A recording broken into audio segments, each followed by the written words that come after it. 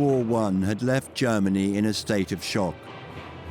2 million fatalities, spiralling inflation, and unpaid debts to the Allied countries caused the nation to feel stripped of its identity and pride. They felt that the Allies had deceived them, had abandoned all notions of honor by treating them as a conquered people. Hitler was a war hero. He won the Iron Cross First Class. The First World War turned a nobody into a somebody. Adolf Hitler had survived the conflict and found a political home in the German Workers' Party, a right-wing organization with racist and anti-Semitic roots. Hitler, like many others, had to find some way of explaining it to himself. And like tens of thousands of others, he blamed socialists, Marxists, Jews, people who undermined Germany from within. Climbing the ranks, he changed the name to the National Socialist German Workers' Party and took control. He was fulfilling a prefigured role which had always existed in German history and culture, the man who would deliver Germany from her enemies. As leader, he started plotting the takeover of Munich and in turn Germany. The infamous beer hall putsch was a resounding failure. It was built up into an iconic episode in the history of the movement. Hitler was arrested, put on trial. Hitler was later imprisoned. His intentions, however, were still for total power and to return the nation to a state of pride. Hitler knew that he would need a different approach. First of all, he had to get the army, police, the civil service and business on his side. And secondly, he had to develop a propaganda apparatus which would win votes. If we can't outshoot them, we'll outvote them. And we'll do it by winning support. He would fuse violent acts of terror with slick propaganda, which would all fuel this fatal attraction.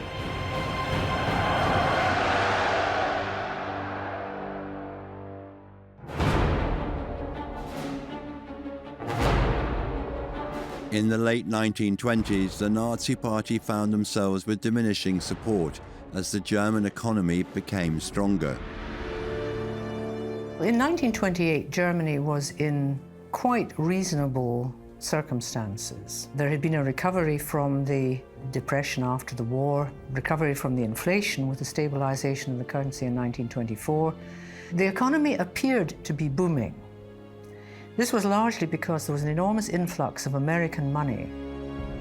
The Germans spent a lot of the loan money on things that were very desirable, like concert halls and swimming pools and so on, but they weren't productive. So Germany looked as if it was prospering. Unforeseen events in the world economy would end up having huge ramifications for Germany. Post-war economic recovery under the Weimar Republic, which was genuine enough while it lasted, that had collapsed. That had gone into free fall as a direct result of the Wall Street crash in New York. October 29th, 1929, Black Tuesday. The New York Stock Exchange is in a panic. Frantic investors have scrambled to unload their stocks at any price. Everyone wants to sell. No one wants to buy. Suddenly, even the most gilt-edged securities are practically valueless. The stock market crash has come, and the Great Depression has begun. They just pulled the rug out from Germany. They just withdrew their investments. American banks withdrew the loans on which a German recovery after the hyperinflation of 1923 had depended. German banks collapsed. They withdrew their money from businesses. Businesses collapsed. So many of the loans, particularly, had been made on a 14-day basis. They could just withdraw them.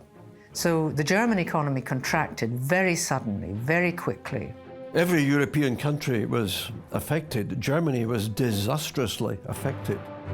There was a saying of the time, New York sneezed, London caught cold, and Germany nearly died of influenza.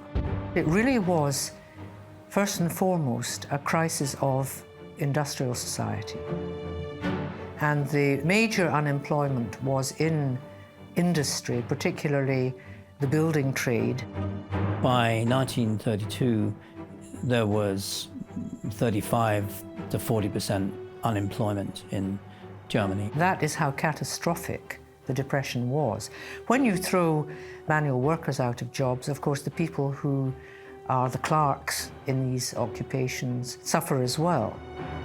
The continuity of the Great Depression was absolutely critical.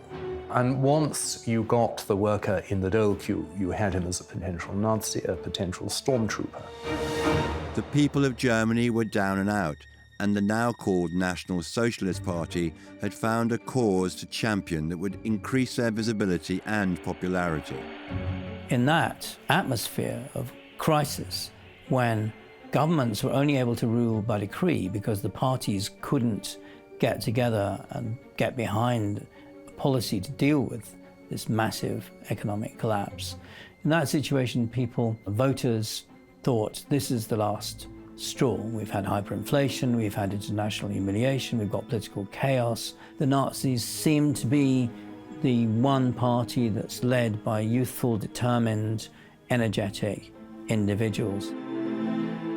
They promoted the party actually in 1930 particularly as the Hitler movement, die Hitlerbewegung. This of course was after Hitler had had the ban on his public speaking lifted, and so he had been going around speaking a great deal.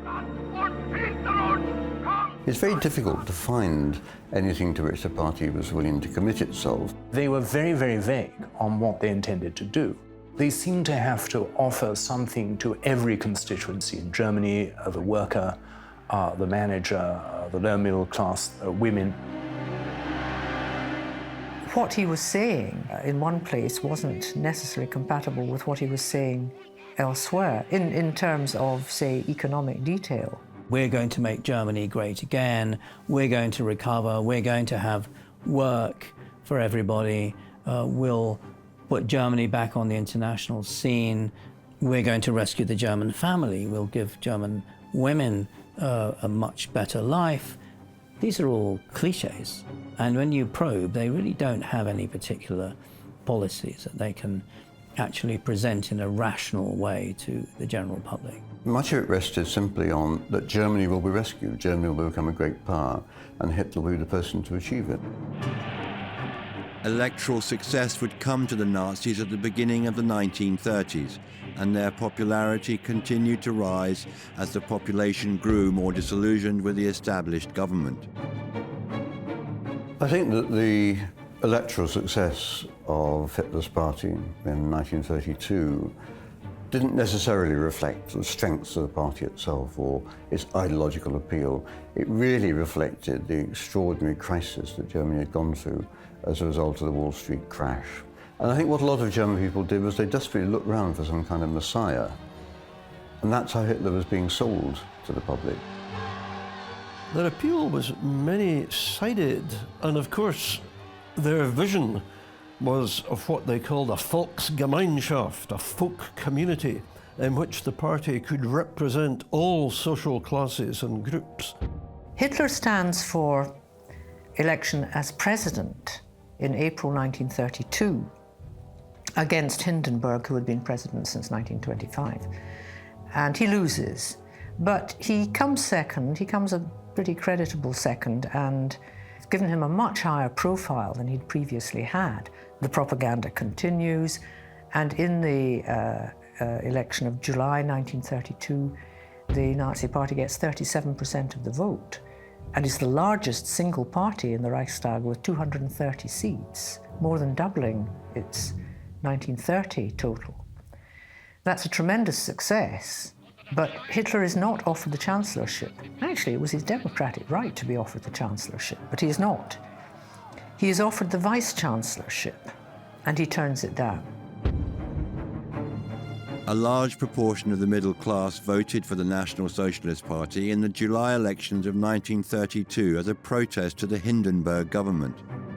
By November, they had retracted their support. There is another election in November, and the Nazi vote declines to 33%. Still, I think, 196 seats in the Reichstag. But it's a matter of considerable disappointment to a lot of followers. So what they do, they seem to be on the verge of their death cough, their death rattle. There is now not such a pressing need to offer Hitler the chancellorship. Local election votes and so on at the time are showing a decline in the Nazi vote. I mean, they might just have fizzled out. There is then a minor election in the state of Lippe, and what the Nazis do is flood it with their marketing resource. They throw everything at this miniature state of Lippe, and they win. And it's at that point that Hindenburg finally invites Hitler to be part of a coalition government. The small coterie of conservative politicians decided they could manipulate Hitler, offered him the chancellorship, and that was the start. Adolf Hitler, leader of the German national movement, is made Chancellor of Germany, and Berlin goes wild in celebration of his victory. Having secured the role as Reich Chancellor, it took one more twist of fate in favor of the National Socialists to see the future of Germany take a deadly turn and hand Hitler complete control. The Wall Street crash had sent Germany into economic crisis. The nation was subjected to a second wave of spiraling inflation and soaring unemployment. However, it gave the National Socialist Party the means to win a large proportion of the vote in a relatively short space of time. In January 1933, Hitler was appointed Reich Chancellor. His plan of total power was almost tangible. 4 weeks later, on February 27, 1933, at 9:25 p.m., an alarm call was taken in a Berlin fire station. Fire had broken out in the Reichstag building, the home of the German parliament. By 11:30 p.m., the fire was extinguished, but had left the building a gutted shell. On searching the smouldering ruin, a young Dutch communist, Marinus van der Lubbe, was found. He was arrested for starting the fire. According to police, he acted out of rebellion, a call for the German workers to rise up against the oppression of fascism. The Nazis saw the Communist Party as a huge threat to National Socialism, and also knew that a large proportion of the German population was suspicious of the far left. Stalin having come to power late 1920s, you have the first five-year plan in 1928, you have collectivization starting in 1929. Word gets back about what it means. And the last thing German peasants want is collectivization. A lot of German peasants, a lot of smallholders, they don't want collectivization, neither do the big landowners. The fire allowed Hitler to pass two sets of legislation, the first of which was the Reichstag Fire decree. This was drawn up the day after the incident and signed by President Hindenburg. The decree allowed the enforced imprisonment of anyone opposed to the Nazi regime, and action to be taken against any publication deemed critical of the cause. The decree led to the Enabling Act, passed in Parliament on March 23, 1933.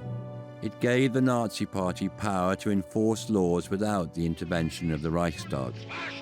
Passing of the Enabling Act essentially handed power to Hitler and the National Socialist Party. They immediately let it be known throughout Germany. Fritz Lustig, a Jewish emigrant who now resides in North London, was living in Berlin in 1933. I was born in 1919. I had a very happy childhood. I was the youngest of four siblings, and I had a very happy time at school, although I experienced the Nazis coming to power. We were rehearsing for a play at school, and suddenly we heard martial music sounding, and we looked out of the window, and there was a Nazi demonstration passing with lit torches and a band at the head of the procession. We read in the papers the next day that there had been similar processions all over Berlin, and we just had been happening to watch the one which took place in that particular part of town. The national election of March 1933 saw the National Socialist Party take 43% of the vote, but they still failed to win a majority. Unbeknownst to the German population, this would be the last democratic election until World War II. So people still thought in March, April 1933 that the democratic system was not dead, but it was. We look at it backwards, we can see what happened. And people even say, why did all these people vote for a party that unleashed war and genocide? Well, they didn't know that's what they were going to do.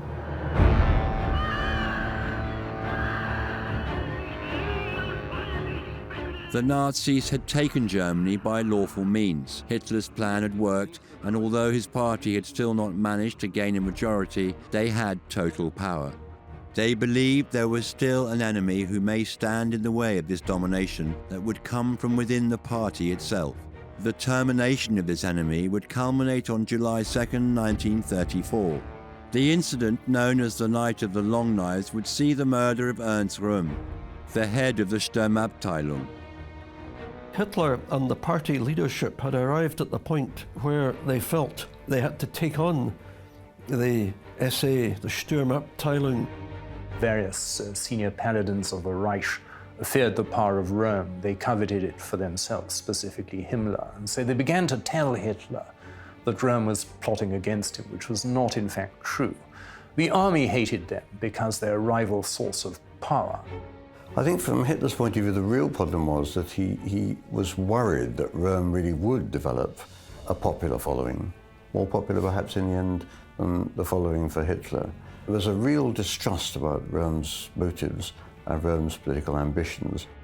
Major Rome is very definitely number two to Hitler, and therefore is some sort of potential rival to his power. And they had a ready-made weapon, and that was the SS, the Schutzstaffel.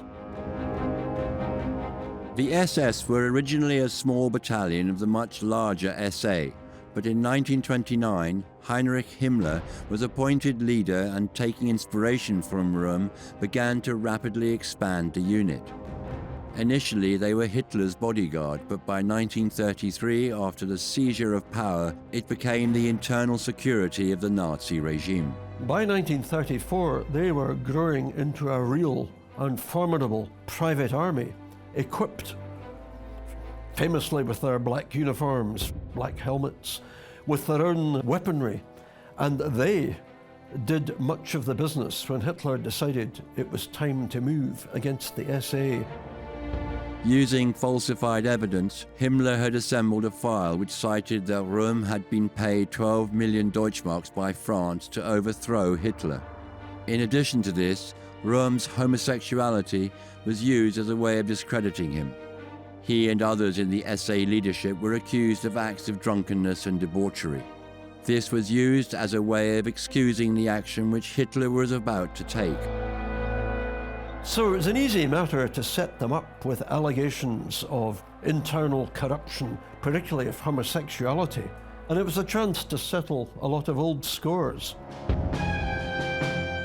On the morning of June 30th, Hitler, with a large number of SS, marched into the hotel in Bad Wiessee, where Röhm and many leaders of the SA were staying. They were arrested at gunpoint and later executed. It was a brutal business when the move was made. The SA were taken totally by surprise, and much of their leadership was wiped out.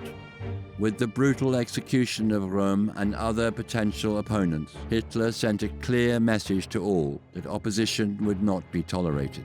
The Jewish population and those on the left were already living with constant persecution, yet the Nazi Party's popularity amongst the German nation grew. The threat of violence, intelligent propaganda, and the complete monopoly of all institutions in Germany gave people no choice but to support.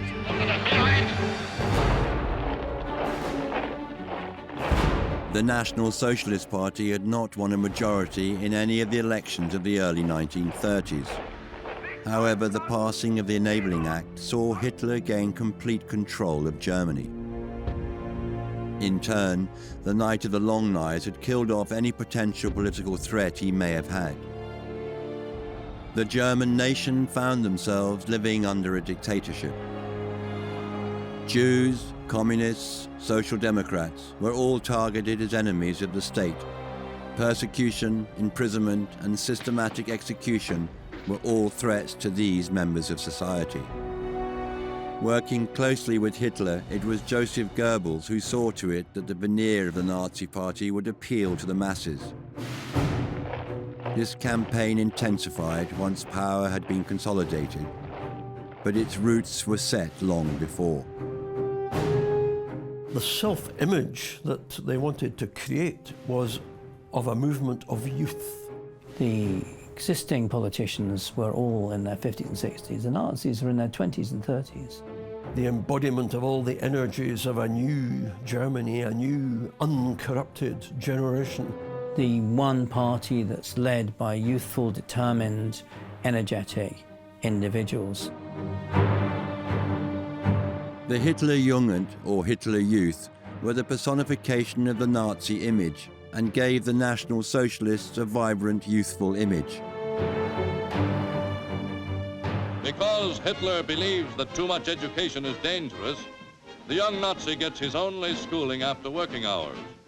A daily lecture on Germany's need for expansion and the triumph he will share when German armies march into the rich wheat fields of the Russian Ukraine. The Hitler Youth eventually became almost compulsory. The Nazis market them very, very heavily. In other words, what we'd imagine them to be as a rigidly hierarchical organization with cruel discipline and bullying and so forth is not actually how they're self-presented. They're actually self-presented as a kind of adventure holiday. At 18, every young man must serve 6 months in the Arbeitsdienst. There was one boy in my form whom I quite liked, who was in the Hitler Youth. I was very keen on associating with him. I think he was less keen to associate with me.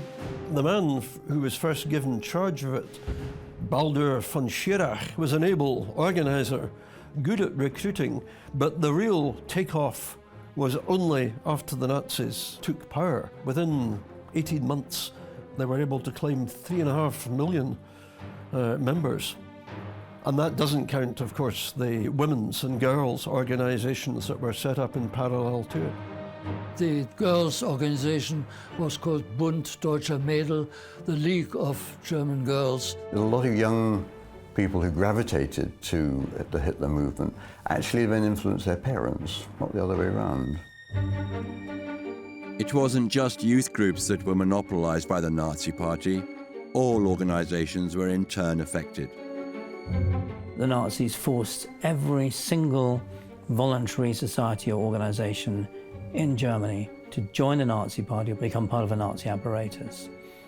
That meant all orchestras, opera houses, singing clubs, amateur dramatic societies, all of that, they had to become part of the Reich Chamber of Culture, which is under the propaganda ministry. And of course, if you wanted to practice art and exhibit your work, you had to be admitted to the Chamber of Culture. And if you're Jewish, you wouldn't be admitted. If you're a modern artist, you wouldn't be admitted. So this is a way of imposing control. All aspects of life were effectively taken over by the National Socialists. These changes were witnessed by the schoolchild Fritz Lustig. We had a new headmaster. Our current headmaster was not Jewish, but he was a social democrat, and therefore his politics were not acceptable to the Nazis. And a new headmaster was appointed. He introduced several new measures. One of them was that the weekly Monday morning assembly was completely transformed. After everybody had sat down, one of the boys who was stationed at the entrance door shouted, "Achtung, attention," and then the headmaster walked in along the central aisle all through the hall with his arm outstretched in the Hitler salute, turned smartly round when he reached the podium, shouted "Heil Hitler," and the whole school had to answer with the same. I suppose I must have outstretched my hand in the Hitler salute because not to do that would have drawn attention to me. I didn't want to draw attention to myself by raising the question of whether I was excluded.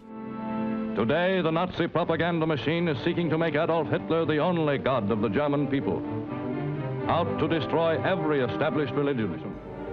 As the party took control of all areas of society and permeated into the lives of every German citizen, the need for greater, more effective propaganda became paramount. There was nothing which wasn't propaganda of one sort or another. Every surface was interrogated for its propaganda potential. The press was censored, and Nazi newspapers really had the lion's share of circulation. The Volksempfänger, the People's Radio, was an affordable device manufactured on the orders of Joseph Goebbels. More people owning radios meant a larger audience for propaganda. The propaganda barrage, to confuse, to make them lose faith, to divide and conquer. To lull the fears of the little neutrals, Propaganda Minister Goebbels told them Germany didn't want a war at all. It was Britain and France that caused all the trouble. Radio was taken over, and there was a Reich Broadcasting Company, and radio, of course, was dominated completely by state output. 70% of German homes owned a radio by 1939. There were loudspeakers installed on lampposts and on trees, and when any of these speeches took place, of course, you were expected to stand still and listen to them. Film production was taken over by the Nazis as well. Joseph Goebbels was very much aware of the fact that people would get bored very quickly if they were subjected to a constant barrage of propaganda about how wonderful the Nazis were. He was rather upset when Hitler commissioned a propaganda film of the Nuremberg Party Rally of 1934 from a young actress, Leni Riefenstahl. Triumph of the Will was a film directed by Leni Riefenstahl, which documents the 1934 Nuremberg Rally. Its main themes are unity and returning power to Germany. It was no mistake that Nazi symbolism and imagery are prominent throughout the film. Hitler understood the power of the Nazi brand. You actually have a core brand symbol system. You have, obviously, the swastika, you have the stylized eagle. You have the other things like the oak leaves, the acorns. Then, of course, there's the uniforms.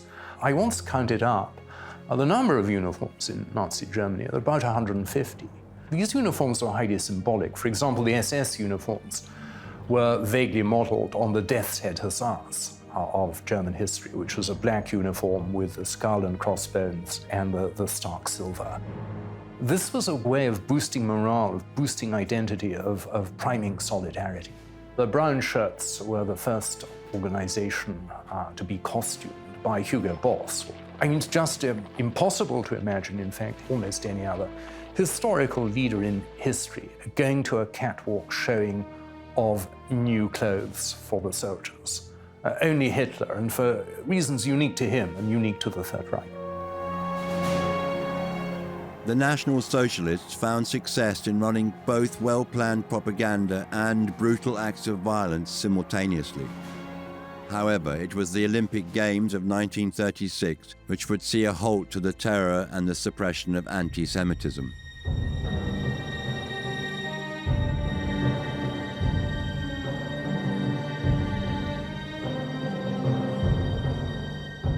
Hitler understood the power of the Games and exploited them in order to show Europe and the rest of the world a false image of a peaceful, tolerant Germany. Captain Erich Braun was a spectator at the Games along with his father. It was clear that the Nazi propaganda machine was sending out the message it desired, but it was a black American athlete who stole the show. I was 17 when we went to the Olympics. It was a wonderful occasion. Of course, to me, the highlight at that time was to see this wonderful athlete, Jesse Owens. Owens is ahead. Skonberg and Bergmeier fighting. Who won the 100 meters, the 200 meters, the 100-meter relay, and the long jump. Quite incredible. He was poetry in motion. The lanky star from Ohio State shatters all existing records as he takes the gold medal in the men's broad jump with a sensational leap of 26 feet 5 5/16 inches. Owens in particular was staggered by his reception in Germany as he got off the boat wherever he went. The crowds chanted "Owens, Owens" all over the place, and for a brief time an American black man was more popular in Nazi Germany than Adolf Hitler himself. The Olympics had placed Hitler in a favourable light throughout the world. However, once the Games were over, the Nazis would renew their persecution. The Jewish population would soon face a greater terror than they had ever previously suffered. The 1936 Olympics allowed Hitler to project to the world a vision of a tolerant, progressive nation. His popularity within Germany was also rising. Those parts of the nation who were not seen as a threat were being shown that the Nazi Party would deliver on the promises they made. But as with all aspects of the regime, there was a more sinister subplot. The thing that had led people to vote had been the unemployment problem of the early 1930s and the promise that the Nazis would solve that. Well, they did, with a vengeance. If anybody was unemployed, or they were rounded up and made, for example, to chop wood, which was given to the elderly or the very poor. Certainly by 1938, there were 400,000 unemployed in Germany. I mean, it is nothing. But there were always offers to tempt them to join the Nazi Party. You join the ranks, be paid, be uniformed, seemed quite attractive. Although it seemed that the whole nation was behind them, the main anti-Semitic message of the Jewish conspiracy was still being played out by the Department of Propaganda. The idea of a Jewish world conspiracy was not one that was present in more than a very tiny fragment of the German population. They were successful in business up to a point. They controlled some of the big departmental stores in Germany. But in no sense were they in control of the life of the Weimar state. In every village, in every town and city are stormtroopers from whose headquarters the local party leader directs his district's campaign of terror, marks victims for persecution. Hitler was keen on keeping the suppression of Jews at the forefront of Nazi policy, as Germany and the German nation were historically not known for their anti-Semitism. It had been the place that many Jews had gone to from countries that genuinely were anti-Semitic. There's a strong anti-Semitic tradition in Austria, strong anti-Semitism in Romania. Soviet anti-Semitism was always kept under wraps, but it was certainly there. And of course, Polish anti-Semitism, where a very large proportion of Europe's Jews lived. A young Eric Brown teaching in Germany could see from an objective point of view the effect of the Nazis' anti-Semitic policies. I was very aware of the fact that the Nazi regime was building up into a very, very clamorous political body, and a very ruthless political body too. The Nazis began to unroll then their own brand of anti-Semitism, radical anti-Semitism. There was an evil aspect, if you like to put it that way, to the Nazi regime. On November 7, 1938, Ernst von Rath, a German diplomat in Paris, was shot by Herschel Grinspan, a young German Jewish man. His motive was a direct response to Nazi anti-Semitism. 2 days later, von Rath was pronounced dead. Orders were given to the SA and SS to take to the streets and destroy all Jewish-owned property and businesses and arrest all Jewish men. The following 2 nights were an orchestrated and systematic series of attacks on Jews throughout Germany. It would become known as Kristallnacht. 91 Jews died and 300,000 were arrested and sent to concentration camps. On November 9th, after a chamber music performance in which he was playing cello, Fritz Lustig returned home. When I reached home, I saw that there was a great crowd in front of the entrance to the building where our flat was situated. The window had been smashed and the people outside the shop was having themselves freely to any alcoholic drinks that were there. I went up to our flat unmolested, was told by my parents that this crowd had been there for some time and they had in fact set fire to the shop.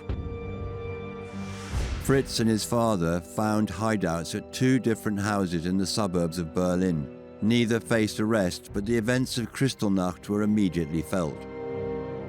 There were too many Jewish men in Berlin to arrest them all, because in the provinces we knew that there had been no exemptions. I went to my office the next morning. It was a Jewish-owned firm, and when I arrived, I was told that both our boss and his 2 sons had been arrested and put into concentration camps.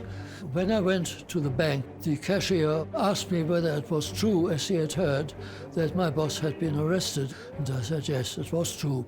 And he shook his head and said, and I always thought he was an honest man. I think the German population obviously knew it because it was there happening in front of their eyes. But to them, the stakes were so high in getting their pride back. I think about 80% of them were prepared to put up with anything if they could become what they wanted to be, a proud nation once again. Hitler commanded his popularity amongst the German nation through a series of non-violent territory gains in the latter half of the 1930s. Most Germans are terribly anxious. They do not want another war. They're afraid that their cities will be bombed. They don't want to go through another First World War. So there's huge relief when the various crises of the remilitarization of the Rhineland in 1936, Anschluss of Austria in 1938, the Czechoslovak crisis, they're all solved basically without bloodshed. That gains Hitler a reputation and popularity in Germany, but not because he's being militaristic. His idea is to refight the First World War, but on a better basis. So his aim very early on is to conquer Eastern Europe, use it as a kind of breadbasket, as a source of supplies, because one of the reasons why Germany lost in 1914 to 18 is because Germany did not have enough supplies. More than 500,000 Germans died from starvation or malnutrition in the First World War. So he wants to right that wrong. Although Hitler was remilitarizing at an unprecedented rate, the German nation nor the rest of the world could see war on the horizon. We did not know how close war was going to be. We did know that the Nazis had started rearming very soon after they came to power. All the other great powers realized that Germany was rearming in the 1930s. It was secret, of course, until 1935, and declared openly. They had good intelligence on what was going on. But on the other hand, I think a great many politicians abroad had thought it was a bad idea to disarm Germany anyway. A modest rearmament might satisfy German ambitions. They would allow Germany back into the family of nations again. Everybody who was anti-Nazi thought that the Allies would take steps to prevent further rearmaments, but they never did. The only reason I can think of why they didn't do it, because there was a great anti-war feeling in all those countries.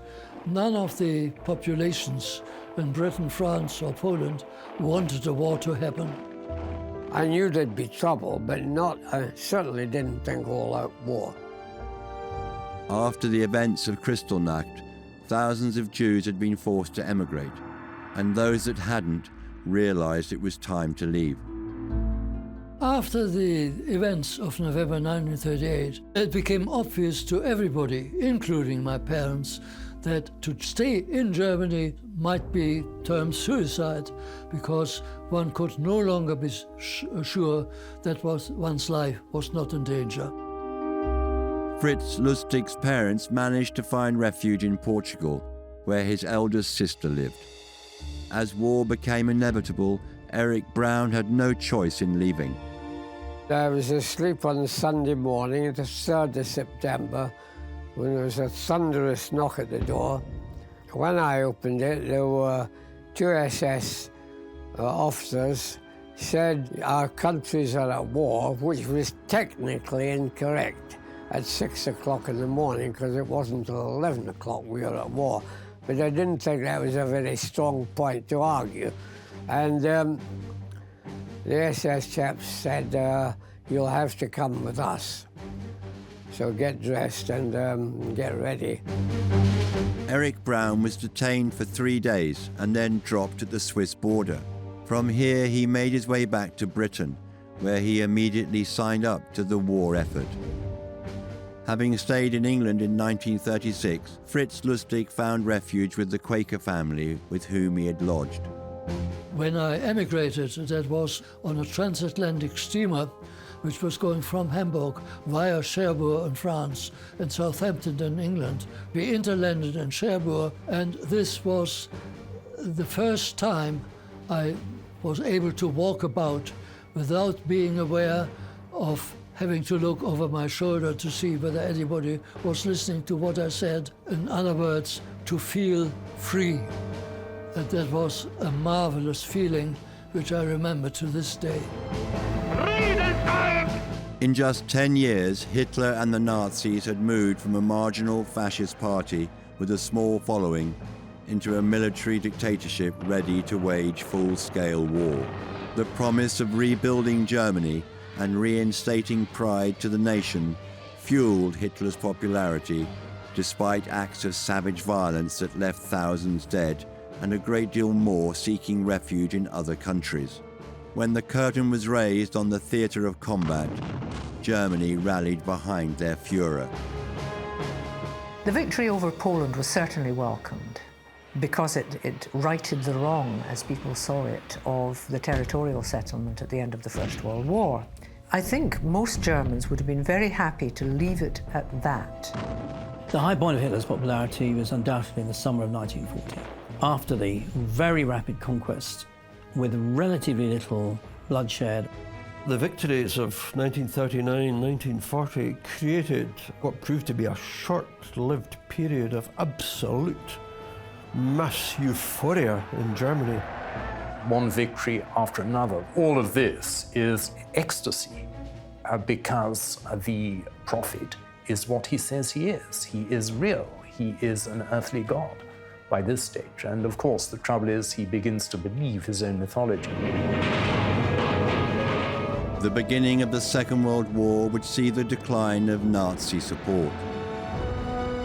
It would take a costly and bloody war to end this horrific regime.